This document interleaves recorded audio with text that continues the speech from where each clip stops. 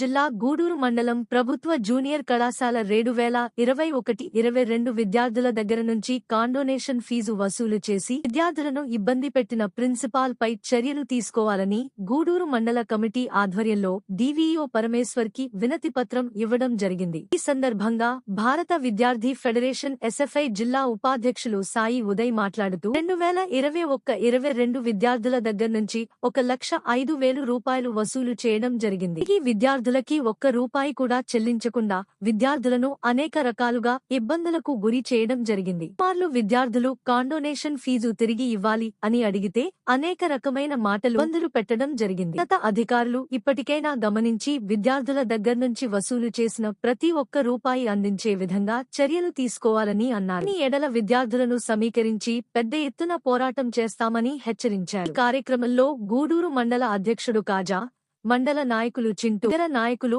ఆర్యన్ పాల్గొన్నారు। ఈరోజు గూడూరు మండలం సంబంధించినటువంటి ప్రభుత్వ జూనియర్ కళాశాల ప్రిన్సిపల్ అయినటువంటి అజయ్ గారు 2022 విద్యార్థుల దగ్గర నుంచి కాండోనేషన్ ఫీజు కింద 1,05,000 వసూలు చేశారు। ఆ సంబంధించినటువంటి ఎవిడెన్స్ ఏ ఒక్కటి కూడా అతని దగ్గర లేదు।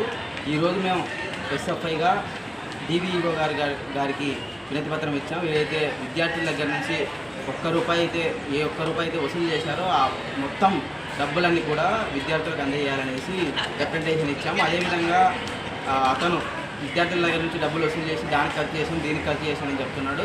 అది ఎవరికి ఖర్చు చేసినా సరే అది ఏమీ ఎవిడెన్స్ కాదు। ఎందుకంటే విద్యార్థుల దగ్గర నుంచి అమౌంట్ కలెక్ట్ చేయడమే ఫస్ట్ మొట్టమొదటిగా తప్పు। ఆ తప్పును చేసి కూడా అతను ఏదో రకంగా విద్యార్థులను ఇబ్బందికి గురి చేస్తున్నాడు। కాబట్టి ఇప్పటికైనా సరే మేము ఎస్ఎఫ్ఐగా డిమాండ్ చేస్తుందంటే ఏ ఒక్క రూపాయి అయితే నువ్వు విద్యార్థుల దగ్గర నుంచి వసూలు చేసావో ప్రతి ఒక్క రూపాయిని కూడా విద్యార్థులకు అందించాలి। లేని ఎడల నీవు చాలా ఇబ్బందులు పడతావనేసి మేము హెచ్చరిస్తున్నాం।